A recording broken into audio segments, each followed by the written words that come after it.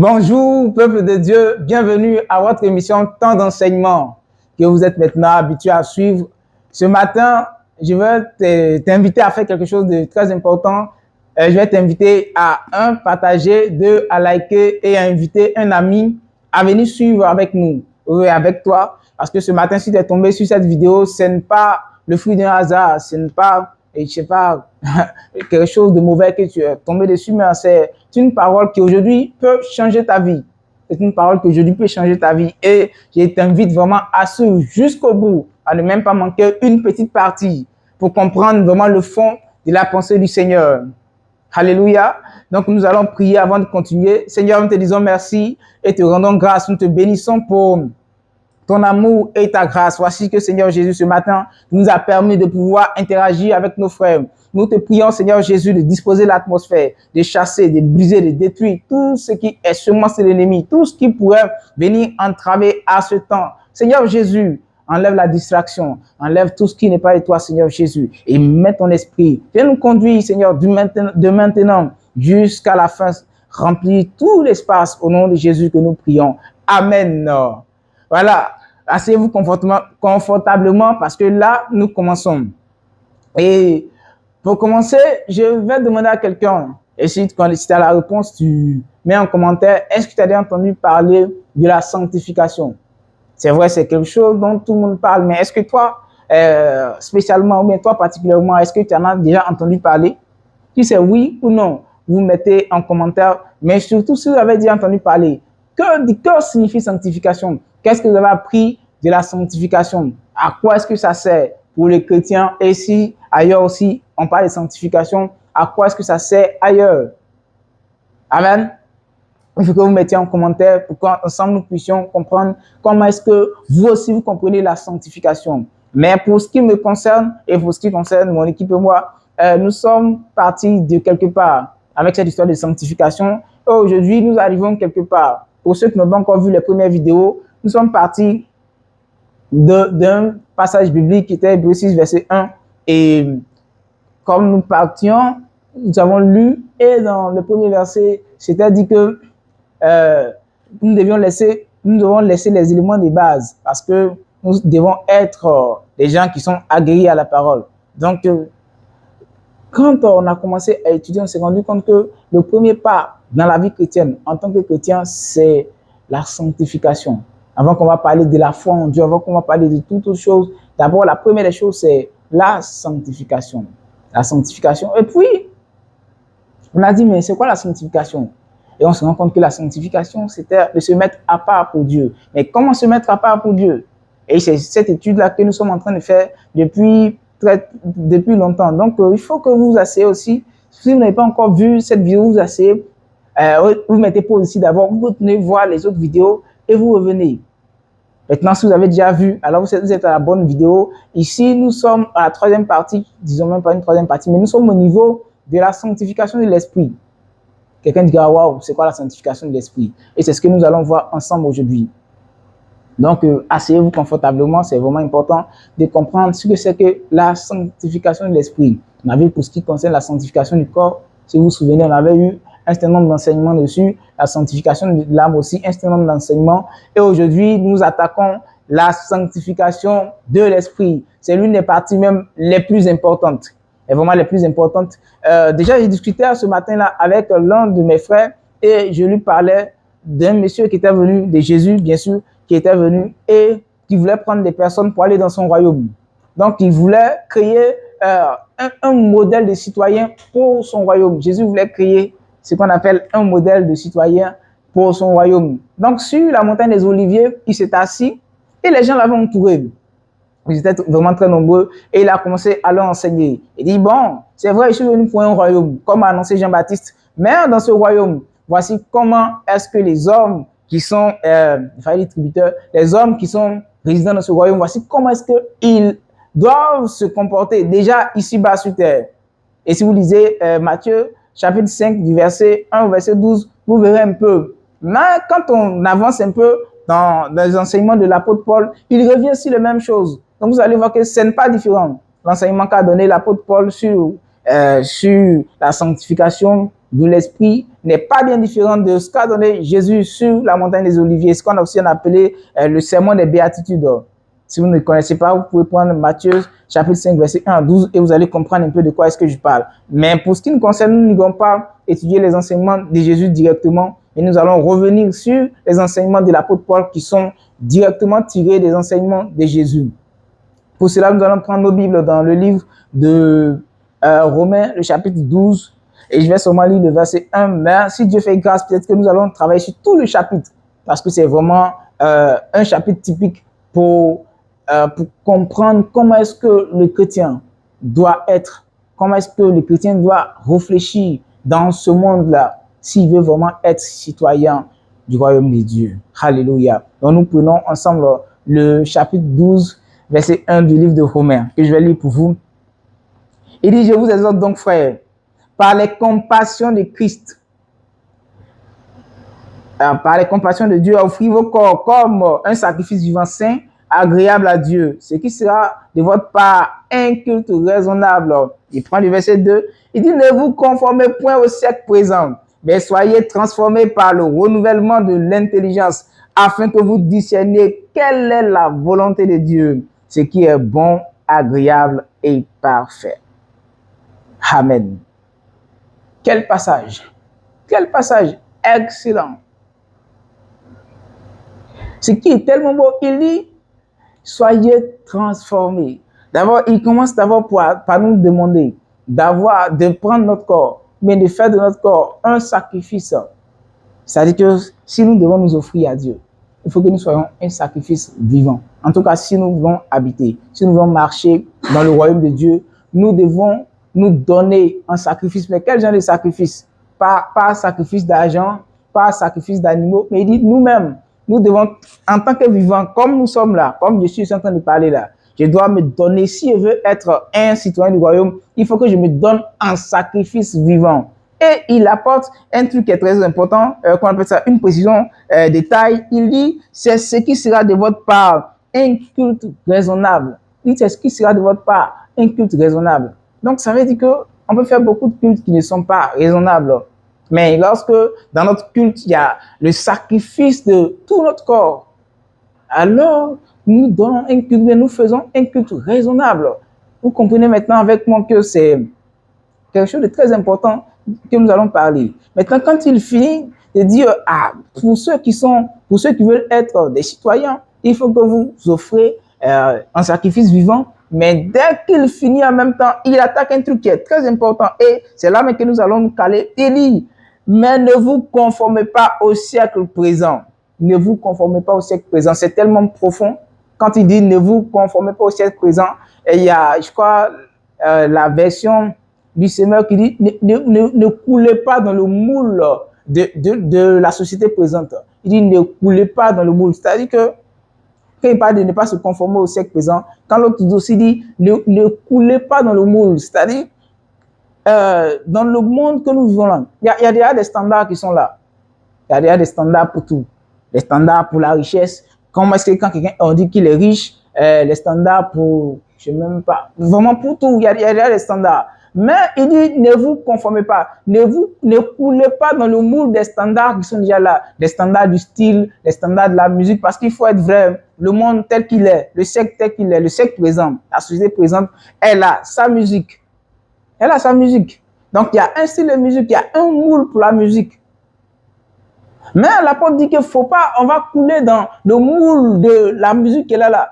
Il dit, non, ne vous conformez pas. Ne vous conformez pas. Et quand on prend la société, on va voir que la société a sa musique, elle a son style, la société a ses constructions, la société présente, elle a tout ce qu'il faut. Mais l'apôtre nous dit de ne pas couler dans le moule pour ressembler à ceux qui obéissent à la loi de cette société. Je ne suis pas en train de dire à quelqu'un de ne pas obéir aux lois de la société, non. Mais il y a une influence que la société a sur nous.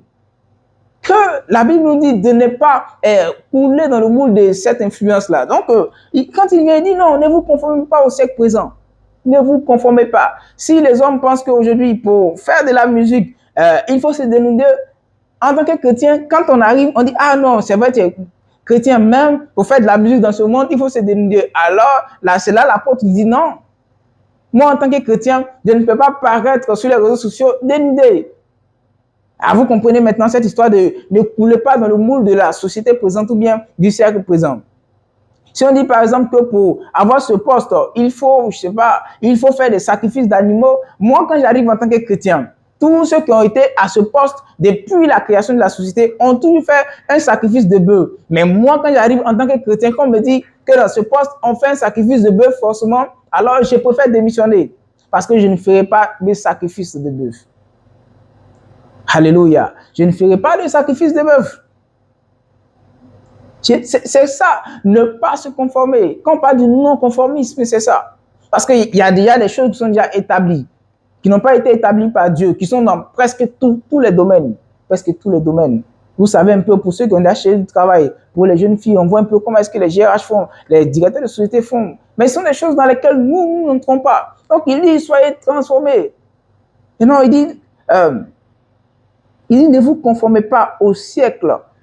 Ne vous conformez pas au siècle présent. Mais après, il dit, soyez transformés par le renouvellement de l'intelligence. Et c'est ça vraiment tout le nœud. Il dit, soyez transformés par le renouvellement de l'intelligence. Et le renouvellement de l'intelligence, qu'est-ce que c'est? Est-ce que c'est le renouvellement de l'intelligence selon les nouveaux calculs de mathématiques, le renouvellement de l'intelligence selon les nouvelles technologies, le renouvellement de l'intelligence selon, je sais pas, la nouvelle mode? Parce que aussi, il y a le renouvellement de l'intelligence dans le monde. Hein. Dans le siècle présent, à chaque fois, un renouvellement. Quand on prend par exemple la mode, il y a des gens qui vont dire, oh, toi, tu n'es pas la mode. Pourquoi? Parce qu'il ne renouvelle pas son intelligence, il ne renouvelle pas son intelligence quant à la mode. Pendant que les autres sont dans, je sais pas, dans un tel style, lui, il est encore derrière l'autre côté. Ah, vous voyez. Donc, lui, comme ça, il n'est pas dans la mode et il ne renouvelle pas son intelligence. Mais en Christ aussi, il y a ceux qui renouvellent leur intelligence. Pourquoi il faut renouveler son intelligence? Quand nous sommes arrivés dans cette affaire de Christ-là, on a entendu beaucoup de messages. On a entendu vraiment beaucoup de messages. Mais le jour qu'on a lu la parole de Dieu et que le Seigneur nous a donné de pouvoir comprendre, on s'est rendu compte que les choses que nous entendions n'étaient forcément pas des choses de Christ, n'étaient pas ce que Dieu aurait voulu pour nous. Alors, une fois que nous lisons et que nous découvrons la vérité, nous sommes appelés au renouvellement de l'intelligence. Si nous entendons cet appel et que nous n'obéissons pas, ne soyons pas étonnés qu'un jour le Seigneur nous dise que non, je ne t'ai jamais connu. Pourquoi? Parce que quand tu as découvert la vérité, où tu devais renouveler ton intelligence, tu as dit non, je préfère garder l'ancien système, je préfère garder l'ancien évangile, je préfère garder la force évangile. Alléluia, je préfère garder la force évangile. Alors, aujourd'hui, je vais parler d'un certain nombre de choses. Mais si tu entends cela, que tu gardes ton cœur dur, que tu n'ouvres pas ton cœur, ne sois pas étonné qu'un jour, Jésus te dit non, je ne t'ai jamais connu. Parce qu'aujourd'hui, il t'appelle à renouveler ton intelligence selon lui. Tu as beaucoup de fois mis l'intelligence de ton téléphone à jour en faisant des mises à jour. C'est la même chose aujourd'hui. Tu vas mettre ton intelligence à jour en écoutant la parole de Dieu. Tu vas dire que tu as beaucoup entendu parler de la sanctification. Aujourd'hui, c'est vraiment très important. C'est pourquoi je te demande vraiment de ne pas quitter la vidéo, de rester jusqu'à la fin de cet enseignement pour pouvoir bénéficier à 100%. Et aussi, je suis ouvert à toutes les questions. Il suffit de mettre une question en commentaire et tu auras ta réponse. Mais vraiment, il faut que tu gardes, il faut que tu notes ça quelque part. Aujourd'hui, que nous devons renouveler notre intelligence quant à notre vie dans cette société. Pour ne pas couler dans le moule de la société qui est déjà là. Pour ne pas couler. Aussi, il ne faut pas faire l'erreur de prendre le moule de la société pour l'envoyer aussi en Christ, parce qu'il y a ça. Tu as renouvelé ton intelligence dans la société et tu prends le moule, tu viens en Christ. Non. Quand tu viens, tu laisses, Dieu lui-même va te donner une nouvelle intelligence, lui-même va te donner une nouvelle forme, un nouveau style. Parce que tout ce qu'il y a dans le monde, il y en a en Dieu. C'est parce que nous ne savons pas. Bien, c'est parce que plusieurs personnes ne savent pas. Donc aujourd'hui, la première note qu'il y a à prendre, c'est soyez transformés par le renouvellement de l'intelligence. D'abord, on a transformation et on a renouvellement. Donc on a notre intelligence qui est là. On avait une intelligence, mais on renouvelle. C'est-à-dire que c'était nouveau ce qui était là, c'est vrai. Mais on renouvelle ce qui est là. Mais en renouvelant, nous la transformons à l'image de qui? À l'image de la parole de Dieu. Alléluia. Nous la transformons à l'image de la parole de Dieu. Donc, quand nous continuons juste un peu, il dit afin que vous discerniez. Donc, quand on renouvelle, regardez comment est-ce que c'est beau. Il dit c'est afin que vous discerniez quelle est la volonté de Dieu, ce qui est bon, agréable et parfait. Quand on renouvelle notre intelligence, c'est pour savoir quelle est la volonté de Dieu, c'est pour discerner quelle est la volonté de Dieu. Et nous ne cesserons vraiment jamais de dire que la volonté de Dieu, c'est que nous soyons des personnes sanctifiées, des personnes mises à part. Ça, c'est, je ne sais pas si c'est la grande volonté ou bien la seule volonté, mais la volonté de Dieu, c'est que nous soyons des hommes mis à part pour lui. Pas des hommes mis à part pour faire la guerre pour la nation, pas des hommes mis à part pour enseigner, non, des hommes mis à part pour lui. Alléluia, des hommes mis à part pour lui.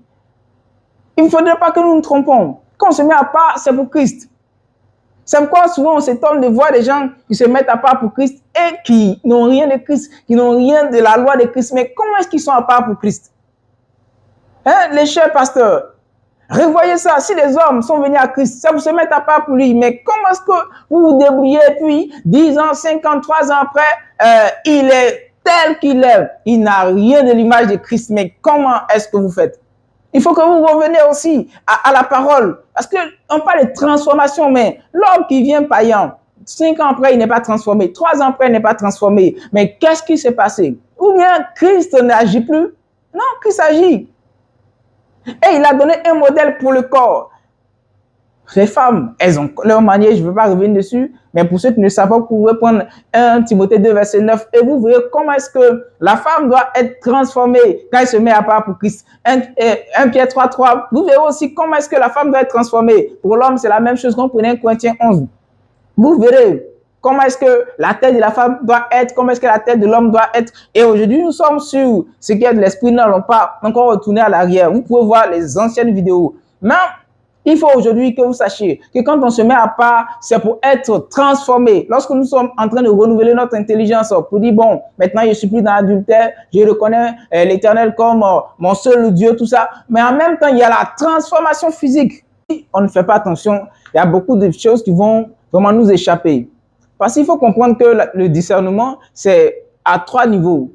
Dans les choses du Seigneur, c'est à 3 niveaux. Quand on suit la chronologie de ce que l'apôtre est en train d'expliquer, on se rend compte qu'il part de quelque part et il arrive quelque part. Regardez ce qu'il dit. Il dit que, afin que vous discerniez quelle est la volonté de Dieu. 1, ce qui est bon. 2, agréable et parfait. Donc, nous allons de ce qui est bon jusqu'à ce qui est parfait. Alléluia. Nous quittons à ce qui est bon jusqu'à ce qui est parfait. Maintenant, qu'est-ce qui est bon dans cette affaire de Dieu, dans cette affaire de la volonté de Dieu? Qu'est-ce qui est agréable et qu'est-ce qui est parfait? Aujourd'hui, nous n'allons pas perdre le temps sur ça, mais il faut que vous sachiez que nous allons revenir sur cette affaire de ce qui est bon, agréable et parfait. Aujourd'hui, ce qui m'intéresse, parce que là, je suis en train de parler de la sanctification de l'esprit. Donc, c'est plutôt ce qui concerne la sanctification de l'esprit. C'est ce qui m'intéresse aujourd'hui. Donc, nous allons revenir un peu. C'est quoi? Qu'est-ce que Dieu attend de nous lorsqu'il veut que nous sanctifions nos esprits? En fait, c'est ce qui nous intéresse plus. Sinon, c'est pas ce qui est du discernement qui nous intéresse. C'est pourquoi nous passons dessus. Mais nous aurons à revenir un jour plus tard si le Seigneur nous donne la grâce de pouvoir enseigner sur le discernement. Donc, pour ce qui concerne la sanctification de l'esprit, maintenant nous attaquons le sujet et nous allons prendre le verset numéro 3. Nous allons lire et vous allez voir ce que le Seigneur dit. Il dit, par la grâce qui m'a été donnée, je dis à chacun de vous de n'avoir pas de lui-même une trop haute opinion, mais de revêtir des sentiments modestes selon la mesure de foi que Dieu a départi à chacun. Alléluia. Donc ça, c'est d'abord la première grande base qu'il pose. Il dit que personne n'ait une trop haute opinion de lui-même. Alléluia. Il dit que chacun n'ait une très haute opinion. Déjà, on comprend que pour qu'un esprit soit renouvelé dans le Seigneur, la première des choses, c'est l'humilité. La première des choses, c'est l'humilité. On commence à comprendre que, alors que le monde est en train de nous dire que tu es grand, tu es ceci, tu dois vaincre, tu dois faire ceci, tu dois faire cela, tu dois arriver à tel niveau, le Seigneur, lui, nous dit, les gars, descendez un peu, descendez de vos chevaux, descendez, revenez à la réalité, redescendez. Et Jésus, dans le sermon sur la montagne, bien qu'on connaît tout le chapitre 5 du livre de Matthieu, Jésus donne le prototype de la personne parfaite, du citoyen parfait, du citoyen avec l'esprit renouvelé, avec l'intelligence renouvelée. Alléluia. Jésus donne le prototype parfait. Je vous invite vraiment à aller lire parce qu'on n'aura pas le temps vraiment d'aller lire tout le chapitre 5. Il y a tellement de versets. On n'aura pas le temps de tout lire. Mais vous allez voir que Jésus va dire que le monde vous enseignait que un homme doit faire ceci. Mais moi, je vous dis, faites cela. Un homme doit être ceci, faites cela. Un homme doit être ceci, faites cela. Allez-y, vous allez voir combien de fois est-ce que c'est puissant. Combien de fois est-ce que ça va vous rappeler que vous n'êtes pas des dieux, que vous êtes des hommes. Ça va vous rappeler cela. Et aussi, ça va vous emmener à comprendre que le système, la manière de réfléchir du monde n'est pas la manière dont Dieu réfléchit. La manière que le monde réfléchit, c'est pas comme ça que Dieu réfléchit. Alléluia. Je vous invite vraiment à aller lire chapitre 5 du livre de Matthieu. Ça va vous faire du bien. Donc, nous revenons sur notre étude. Maintenant, je vais vous poser une question. Lorsqu'on dit que j'ai mon esprit qui est renouvelé, mon esprit, qu'est-ce que Dieu veut dire au juste? Qu'est-ce qu'il attend de nous? Qu'est-ce qu'il attend de nous? Parce que nous sommes beaucoup dans l'église. Et nous disons chaque fois que, voilà, soyons transformés par le renouvellement de l'intelligence. Mais quand on dit ça, qu'est-ce que Dieu attend de nous au juste? Parce que si on ne sait pas ce que Dieu attend de nous, on va rester là en train de tourner en rond pour cette histoire de renouveler l'intelligence et nous allons rester là. Mais pour faire simple, il faut comprendre que renouveler son intelligence, c'est ne plus penser comme le monde pense. Ce n'est plus penser comme le monde pense. Renouveler l'intelligence, ce n'est plus penser comme le monde pense. Et comment le monde pense? Nous allons prendre quelques exemples. Alléluia. Comment le monde pense? Nous allons prendre deux ou trois exemples. Le monde veut que nous soyons toujours premiers. Si nous sommes dans un département, voilà, il faut que c'est nous qu'on voit. Donc, du coup, entre nous, il y a une sorte de concurrence qui naît. Et cette concurrence-là, on mise pas sur la bonne concurrence, mais qu'est-ce qu'on fait? On mise sur la mauvaise concurrence, c'est-à-dire que la concurrence des pots de vin, pourvu qu'ils soient premiers. Et ça, c'est comme ça que le monde réfléchit. Et même quand nous sommes en Christ, nous voyons un peu qu'il y a ce qu'on appelle la comparaison. On réussit, ou bien notre réussite est évaluée par rapport à la réussite de l'autre. Si j'ai fait plus que l'autre, alors j'ai réussi. Si j'ai fait plus que l'autre, alors j'ai réussi. Si l'autre a fait plus que moi, alors il a réussi plus que moi. Mais ça, c'est la manière dont le monde pense. Alors on verra qu'il y a un tel pasteur à qui Dieu a accordé 1000 fidèles, un autre à qui Dieu a accordé 10 fidèles, et un autre à qui Dieu a accordé 500 fidèles. Alors on dira que celui à qui Dieu a accordé 10 fidèles n'a pas réussi dans l'œuvre. Ça, c'est la manière dont le monde pense. C'est comme ça que le monde pense. Si le monde dit que celui qui a reçu 5, il n'a pas réussi, mais celui qui a reçu 10 000 a réussi. Alors, on vient dire que vraiment, ce que Dieu dit n'est pas la vérité. Pourquoi? Parce que quand on lit dans le même livre de Matthieu, on se rendra compte que Dieu donne des talents de façon différente, des talents disproportionnés à tout le monde sur la terre ici. On a vu avec la parabole où il y a un monsieur qui voyageait et il devait partager des talents. Il y en a qui ont reçu 5, il y a un qui a reçu 3 et il y a un qui a reçu un seul talent. Et c'est comme ça. C'est avec un seul talent qu'il doit évoluer. Il ne doit pas se comporter bien. On ne doit pas le comparer à celui qui a reçu 5 talents.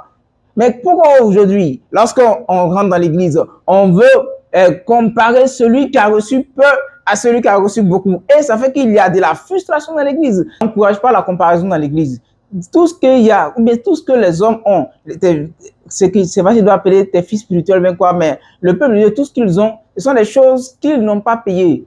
Souvent, on pense que c'est parce qu'on a fait des études qu'on a tel ou tel poste. Souvent, on pense que c'est parce qu'on a étudié qu'on a tel ou tel poste. Non, c'est pas parce qu'on a étudié, c'est pas parce qu'on est fort, c'est pas parce qu'on a développé beaucoup de compétences qu'on a telle ou telle chose. C'est le Seigneur qui a donné, comme le dit sa parole, dit, mais qu'est-ce que tu as que tu n'as reçu?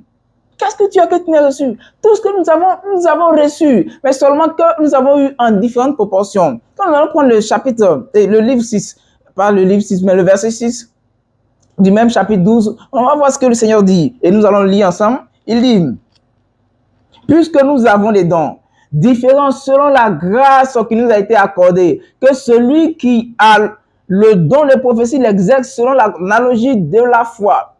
Donc, vous voyez, déjà, quand on commence avec les dons dans l'église, il dit que selon la grâce qui nous a été accordée, que celui qui a reçu le don de prophétie, et ça, vraiment, il faut que nous fassions une pause là-dessus. Mais quand quelqu'un a reçu le don de prophétie dans l'église, il ne sait pas, mais un coup, il devient comme le grand bishop.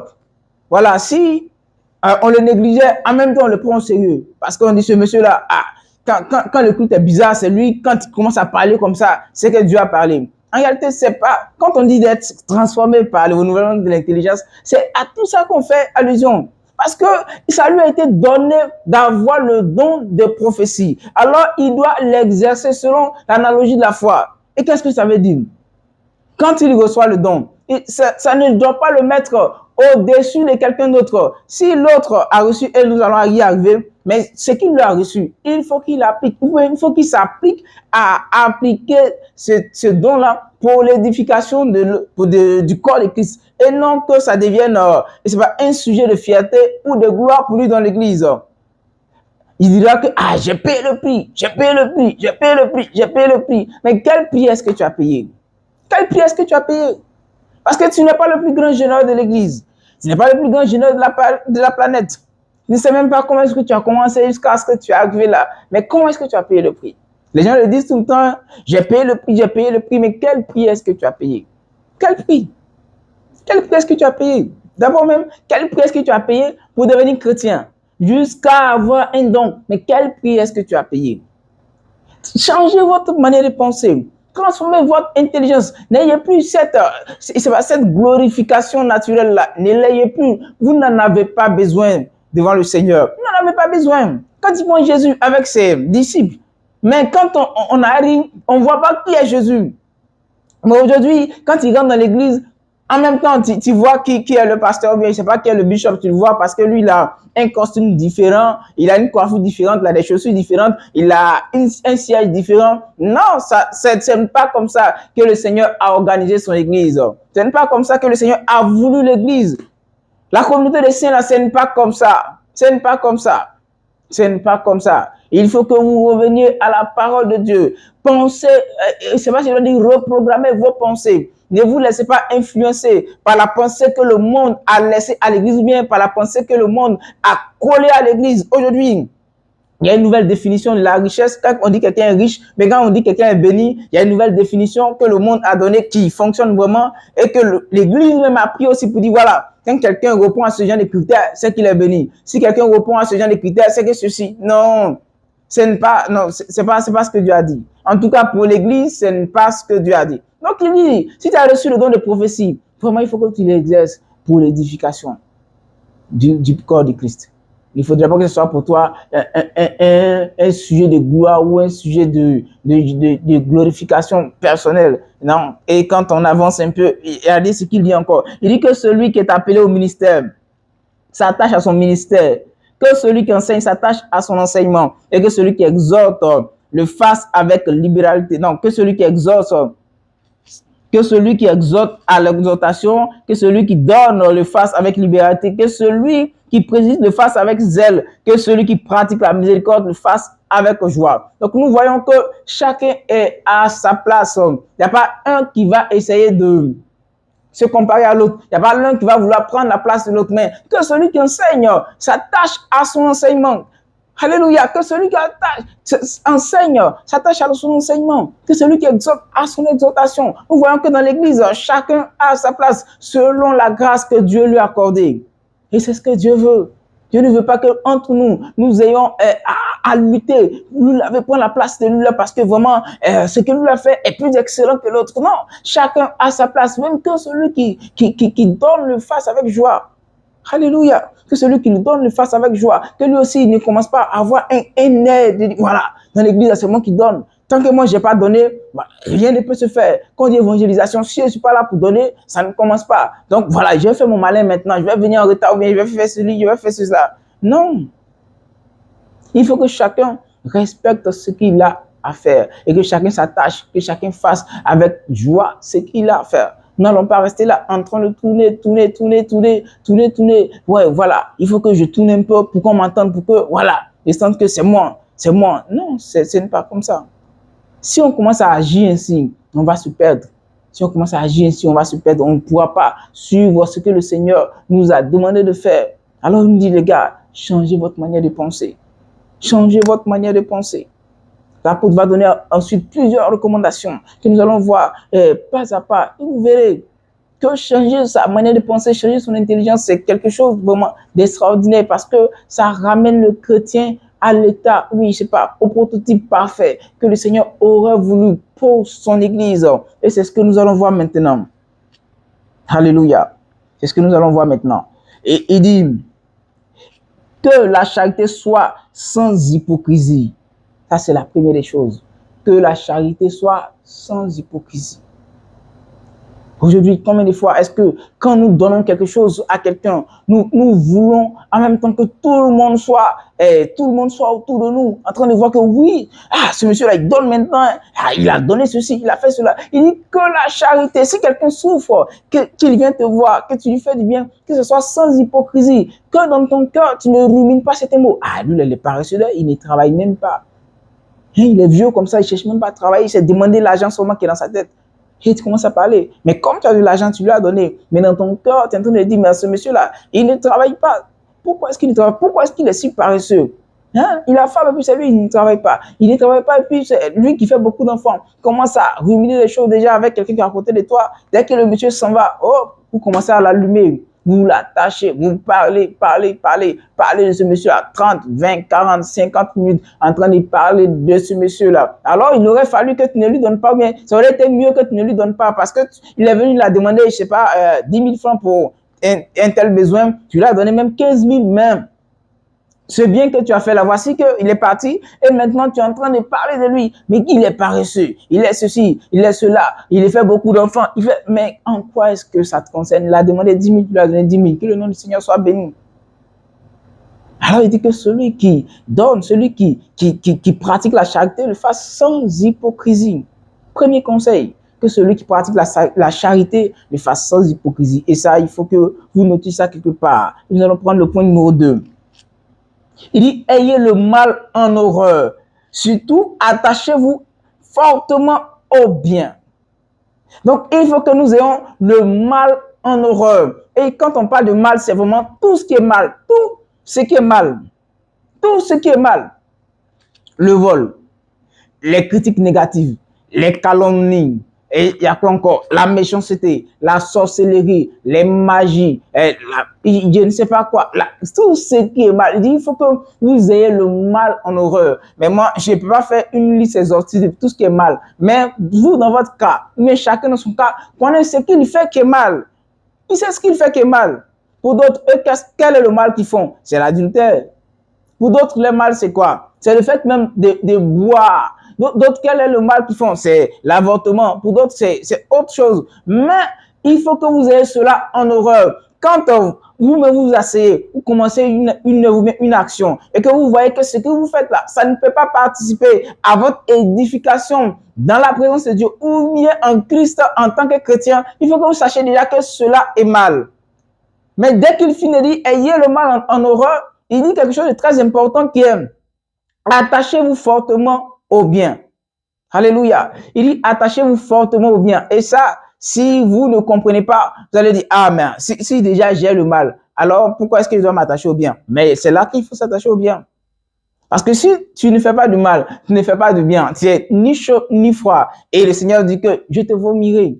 Si tu es ni chaud ni froid, je te vomis. Et ça, c'est clair avec le Seigneur Jésus. Il n'aime pas ceux qui sont froids. Donc, en même temps que tu ne t'attaches pas au mal, mais tu cours vers le bien et tu t'attaches fortement. Et il a bien précisé, attachez-vous fortement à ce qui est bien. Tout ce qui est bienséant, il faut que vous vous attachiez. Si vous n'avez pas le temps de vous attacher à ce qui est bienséant, alors aussi, ne vous attachez pas à ce qui est mal. Ne vous attachez pas à ce qui est mal. Mais c'est mieux de s'attacher au bien parce que si tu n'es ni chaud ni froid, comme je disais, tu seras vomi. Alléluia. Donc, on prend le troisième point rapidement. Il dit, par amour fraternel, soyez pleins d'affection les uns pour les autres, par honneur, usez de persévérance réciproque. Alléluia. Il dit, par amour fraternel. Par amour fraternel. il faut que nous nous aimions les uns les autres. Il faut que nous nous aimions les uns les autres. Il faut que nous nous aimions les uns les autres. Quelqu'un dira que oh, celui qui aime a connu le Seigneur. Celui qui aime a accompli la parole. Et c'est la vérité. C'est vraiment la pure vérité. Celui qui est capable d'aimer son frère, celui qui est capable d'aimer son frère a accompli la parole. Et il demande à ce que nous ayons de l'amour fraternel quand nous sommes dans l'assemblée, quand nous sommes hors de l'assemblée, dans nos quartiers, dans nos maisons, dans nos lieux de travail. Il faut que nous soyons un exemple d'amour. Il faut que nous soyons un exemple d'amour fraternel. Quand nous nous retrouvons quelque part où il y a des hommes, il faut que nous soyons un exemple. Qu'on ne prenne pas d'autres exemples pour venir nous qualifier. Non, il faut que nous-mêmes, nous soyons un exemple d'amour fraternel. Que ce soit pour nos enfants, que ce soit pour nos frères, pour nos parents, pour tous ceux qui sont autour de nous, il faut que nous soyons un exemple. Aujourd'hui, c'est difficile d'aimer. Pourquoi? Parce qu'il y a trop d'hypocrisie. Mais si nous commençons avec cette histoire de renouvellement de l'intelligence, déjà qu'on devait pratiquer la charité sans hypocrisie, on voit que l'amour viendra facilement. L'amour viendra facilement. Donc aujourd'hui, si nous sommes arrivés sur l'amour fraternel et que surtout nous allons nous arrêter là, mais il faut que vous compreniez que si nous ne pratiquons pas cet amour fraternel ou bien ce commandement du Seigneur, il sera difficile pour nous d'avoir un esprit qui se renouvelle avec la parole de Dieu. Nous allons vous laisser sur ces mots. Que le Seigneur vous bénisse et nous vous donnons rendez-vous à la semaine prochaine. N'oubliez pas de partager, de liker et surtout de laisser en commentaire des questions pour l'édification du peuple de Dieu. Que le Seigneur vous bénisse.